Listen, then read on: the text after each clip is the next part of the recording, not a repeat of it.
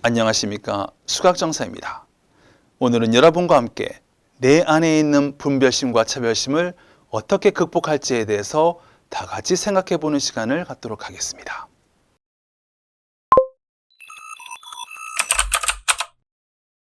사람은 기본적으로 서로 나누어 차별하는 것을 너무 좋아합니다. 등수를 매기고 등급을 매겨서 차별짓고 나누어 버립니다. 이렇듯 사람은 차별하는 마음이 있습니다. 반면에 부처님의 가르침은 이러한 차별심을 경계하셨습니다. 부처님은 당시 인도의 뿌리 깊은 인습이었던 카스트라는 신분제도에 반대하며 모든 생명은 평등하고 존귀하다고 외치셨습니다. 가장 낮은 하층민조차 부처가 될 수 있다고 가르치셨고, 심지어 여성까지 교단으로 받아들이는 파격을 보이셨습니다. 그러나 세상을 교화하는 형식과 모습은 과격하지 않고 오히려 자비로우셨습니다. 포용과 화합에 기초한 방법으로 중생과 사회의 마음을 변혁시키셨습니다. 기득권층을 부정하거나 매도하지 않은 덕분에 왕족과 부호들도 부처님에게 귀명했습니다. 불교를 강요하지 않으면서 이것이 진리임을 스스로 깨닫도록 도왔던 것입니다. 부처님은 자신까지 죽이려 했던 희대의 연쇄살인마 앙골리마라를 제도한 뒤 출가시켜 교단에 머물게까지 했습니다. 그러나 여하튼 국법을 어겼으니 범죄자를 처벌해야 했던 국왕은 부처님을 찾아가 앙골리마라를 내놓을 것을 요구했습니다. 이에 부처님은 살인자 앙골리마라는 이미 사라졌고 나와 함께 있는 이는 새롭게 태어난 불제자 앙골리마라라고 하셨습니다. 놀라운 것은 국왕이 부처님 말씀에 순순히 물러나 돌아갔던 점입니다. 권력층까지 부처님의 말씀을 중히 여긴 이유는 부처님의 따뜻한 교화, 언행이 일치된 교화 때문일 것입니다.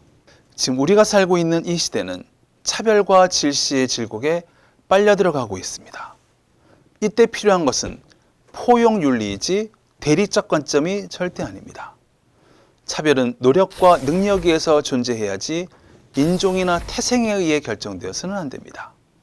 그래서 부처님은 인간평등을 주장하면서 사람은 행위의 방식에 따라서 고귀하고 천한 것이 결정되는 것이라고 하셨던 것입니다.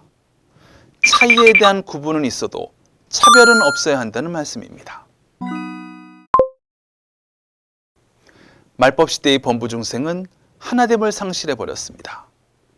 다행스럽게도 이를 인정하고 잃어버린 하나됨을 복원하기 위해서 온갖 발버둥을 치기는 하고 있습니다만 그 안에도 여전히 전도된 망상의 요소는 남아있는 것 같습니다. 전도된 하나됨은 바로 결속 아닐까요?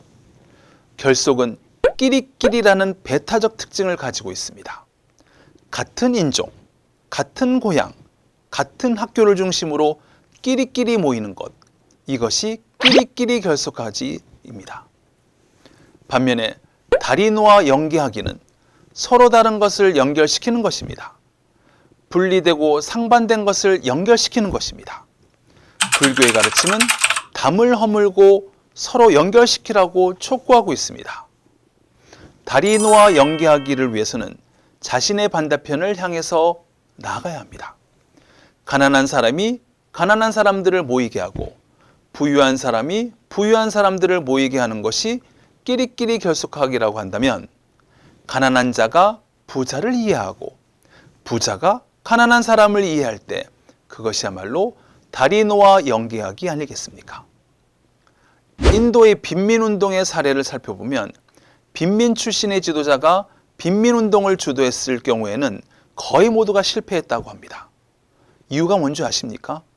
그런 경우에 빈민운동은 가진 자에 대한 미움과 증오를 표출하는 방향으로 이끌려 폭력화되었고 빈민 출신 지도자 스스로가 혐오에 맞지 않았던 기득권의 단맛이라는 유혹에 오히려 현혹되어서 부패하게 되었기 때문이라고 합니다. 반면에 기득권 출신이 모든 것을 포기하고 낮은 사람들과 함께한 경우는 소기의 성과를 거두게 됩니다. 그 대표적인 사례가 바로 부처님이십니다.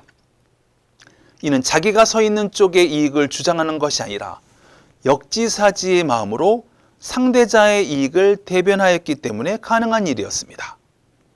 우리도 살펴보면 크건 작건, 특권과 기득권이 생기게 됩니다. 그 힘을 자기를 위해서 누릴 것이 아니라 반대편을 향해 사용하게 될 때 비로소 생명력을 갖게 될 것입니다. 우리는 생존 경쟁의 세상, 각박한 세상을 살면서 지극히 현실적인 사람이 되기 쉽습니다. 그리고 지극히 현실적인 사람, 현실 감각이 뛰어난 사람이 삶의 마라톤에서 유리할 것처럼 보입니다. 그러나 더 크고 넓은 시각으로 바라보면 결코 그렇지 않습니다. 지극히 현실적인 사람은 현실에서 감당할 수 없는 어려움을 당했을 때, 그리고 아무런 해결책이 보이지 않은 상황을 만날 때 그만 좌절해버리고 맙니다. 이러한 성향을 가진 현실적인 사람을 불교에서는 중생이라고 부릅니다. 이같이 냉철해 보이지만 이기적이고 현실적이며 이중적인 태도를 보이는 중생으로서의 현대인들에게 참으로 필요한 것은 진리 아니겠습니까? 진리와의 만남은 곧 변함이 없는 참되고 진실하고, 그래서 우리를 속이지 않는 절대 가치와의 만남을 의미합니다. 만남이라는 사건은 우리의 삶에서 매우 의미심장한 일입니다. 게다가 어떠한 대상과 만나느냐에 따라 인생의 질과 깊이가 결정됩니다. 그리고 지금 경험하는 인생의 사건들을 의미 있게 다루어야 합니다. 왜냐하면 내가 지금 만나는 사람들과 그리고 그 사건들은 내 인생의 퍼즐을 완성하는 하나의 조각들이기 때문입니다. 같은 종이 조각이라 하더라도 향을 만나느냐, 고기를 만나느냐에 따라 상반된 결과를 낳듯이 인연의 가치는 무척이나 중요한 삶의 문제가 됩니다. 여기서 진리와의 만남은 그 어떤 만남보다도 우리의 인생에서 극적인 전환점을 제시해 줍니다. 부처님께 불공하는 것은 내 마음을 닦고 밝히는 법을 세우려고 하는 것입니다. 불공은 신행자의 인격을 완성하는 방법이며 자기를 감화하는 방법이 되며 몸과 마음을 금강석같이 견고하게 하는 방법이 되며 난행고행을 실행케 하는 좋은 기회가 된다라고 진각성존 회당대종사님께서는 말씀하고 계십니다. 인간이라면 누구든지 그 신분이 어떠하든 어떤 환경에서 자랐건 어떤 모습이건 한 사람도 예외 없이 모두 다 행복할 권리가 충분히 있는 것입니다. 이런 의미에서 부처님께서 모든 존재에는 부처가 될 가능성이 내재되어 있다고 하신 선언은 의미심장할 수밖에 없습니다. 이 말은 우리가 지금 어떤 상황에 처했던 간에 우리가 모두 리틀 부다라는 의미입니다. 우리가 수행의 본령으로 삼고 있는 삼밀행과 육바라밀 수행은 말 그대로 차 안에서 피 안으로의 다리 놓기입니다. 세간 현실로서의 차 안과 서원의 세계인 피 안이 서로 괴리되어 있는 것이 아니라 참회와 실천의 다리 놓기를 통해 차 안이 곧 피 안이 되고 세간이 곧 미럼정토가 됨을 확인하게 될 때 더불어 사는 화합과 화해의 복덕화가 피게 되지 않을까 생각해 보게 됩니다.